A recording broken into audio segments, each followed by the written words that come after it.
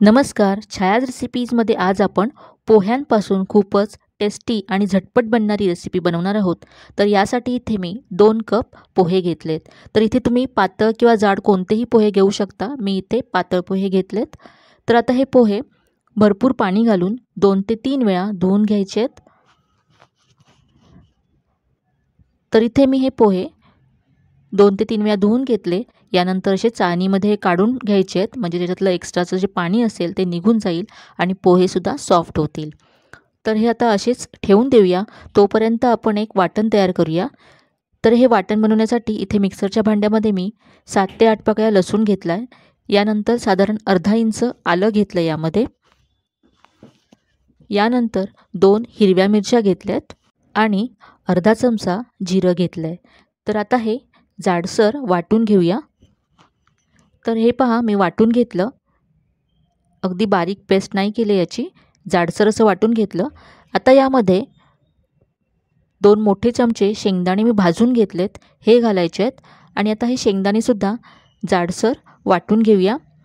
तर पहा, हे सगळं मी वाटून घेतलं एकत्र. तर शेंगदाण्याचं सुद्धा जाडसर असं कूट इथे तयार झालं आहे. तर हे वाटण आता आपण बाजूला ठेवूया आणि पोहे हे छान भिजले तेवढ्या वेळेत तर हे आपण एका बाउलमध्ये काढून घेऊया. तर पहा, अगदी सॉफ्ट झालेत आणि मी पातळ पोहे घेतले होते, त्यामुळे ते तर अगदीच लगेचच असे सॉफ्ट होतात. तर हे आता आपल्याला जास्त मळायचं नाही आहे. मळलं तर अगदी त्याचं पीठ होईल. तर हे मी थोडंसं हलकं हाताने मिक्स करून घेतलं. यानंतर जे आपण वाटण तयार केलं होतं ते यामध्ये घालायचं आहे. आता इथे मी 2 मोठे चमचे फ्रेश मटार थोडासा वाफवून घेतला आहे, तो घालायचा आहे. यानंतर बारीक चिरलेला कांदा घातला आहे. यानंतर यामध्ये मसाले घालूया. तर इथे मी अर्धा चमचा लाल तिखट घालते. यामध्ये आपण हिरव्या मिरच्यासुद्धा घातल्यात, त्यामुळे लाल तिखट जेवढं तुम्हाला तिखट हवं त्या प्रमाणात घाला. यानंतर यामध्ये अर्धा चमचा चाट मसाला घालायचा आहे. चाट मसाला नसेल तर याऐवजी तुम्ही आमचूर पावडर घालू शकता किंवा लिंबाचा रससुद्धा घालू शकता 1 चमचा. आता यामध्ये चवीप्रमाणे मीठ घालायचं आहे. बारीक चिरलेली कोथिंबीर घालायची आहे भरपूर. आणि यानंतर यामध्ये 3 मोठे चमचे तांदळाचं पीठ घालायचं आहे. तर यामुळे बाइंडिंग येईल पोह्यांना, त्याचबरोबर मस्त आतपर्यंत कुरकुरीत होईल रेसिपी. तर आता हे सगळं एकजीव करून घ्यायचं आहे, व्यवस्थित सगळं एकत्र करून घ्यायचं आहे. मसाले, पोहे आणि तांदळाचं पीठ सगळं छान मिक्स व्हायला हवं. तर यामध्ये तुम्ही तुमच्या आवडीच्या भाज्या घालू शकता, जसं किसलेला गाजर घालू शकता, बारीक चिरलेला कोबी घालू शकता, स्वीट कॉर्न घालू शकता. तर भाज्यांची क्वांटिटीसुद्धा तुम्ही तुमच्या आवडीप्रमाणे कमी जास्त करू शकता.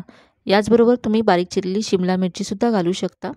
तर हे सगळं व्यवस्थित एकजीव करून घेतल्यानंतर याचे आपल्याला असे वडे बनवून घ्यायचे आहेत. तुम्हाला हव्या त्या आकारामध्ये तुम्ही याचे वडे तयार करू शकता. तर इथे मी असे चपटे याचे वडे तयार करून घेतलेत पहा. तुम्हाला हवं तर याचे तुम्ही लांबटसुद्धा वडे तयार करून घेऊ शकता. तर इथे पहा, असे मी सगळे वडे तयार करून घेतलेत आणि 2 कप पोह्यामध्ये माझे इथे साधारण 14 वडे तयार झालेत. तर आता हे वडे आपण फ्राय करूया. तर इथे मी वडे डीप फ्राय करणार आहे. तुम्हाला हवं असेल तर तुम्ही शॅलो फ्रायसुद्धा करू शकता. तर तेल व्यवस्थित गरम झाल्यानंतरच हे वडे सोडायचे. तेल गरम नसेल तर वडे तेलकट होतील. तर तेल व्यवस्थित गरम केल्यानंतर वडे सोडले आणि नंतर मध्यम फ्लेम करून हे वडे आपल्याला फ्राय करून घ्यायचे आहेत.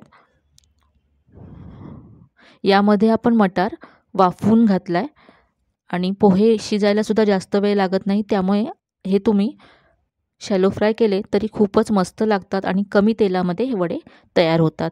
जर तुम्हाला जास्त तेल नको असेल तर तुम्ही शॅलो फ्राय करूनसुद्धा हे वडे तयार करू शकता.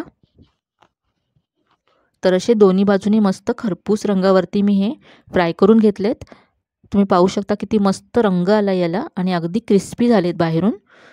तर हे असं तेल निथळून घेतलं आणि वडे काढून घेऊया आणि असेच आपण सगळे वडे फ्राय करून घेऊया. तर इथे पहा, सगळे वडे मी फ्राय करून घेतलेत आणि अगदी मस्त असे क्रिस्पी झालेत पहा.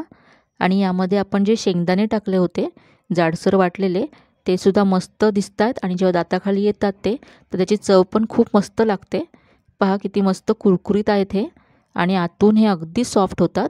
तर अगदी घरी असलेल्या साहित्यामध्ये आपण हे बनवलेत. मुलांना मधल्या वेळेला खाण्यासाठी किंवा टिफिनसाठी अगदी झटपट तुम्ही हे बनवून देऊ शकता. चटणीबरोबर, सॉसबरोबर हे खूपच मस्त लागतात. तर तुम्हाला मी वडा इथे तोडून दाखवते पहा. बाहेरून मस्त क्रिस्पी आहे आणि आतून अगदी सॉफ्ट आहे. आणि तुमच्या आवडीच्या भाज्या घालून तुम्ही याला आणखी पौष्टिकसुद्धा बनवू शकता.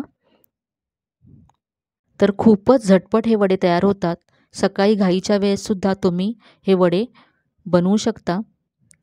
तुम्ही हे वडे तयार करून एखाद्या एअरटाईट कंटेनरमध्ये ठेवून फ्रीझरमध्ये स्टोअर करू शकता. अगदी 8 दिवस हे व्यवस्थित राहतात आणि जेव्हा तुम्हाला हे फ्राय करायचे तेव्हा तुम्ही फ्रीझरमधून काढून हे फ्राय करून सर्व करू शकता.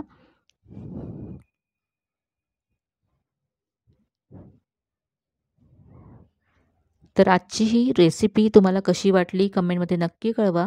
रेसिपी जर आवडली असेल तर व्हिडिओला जास्तीत जास्त लाईक करा.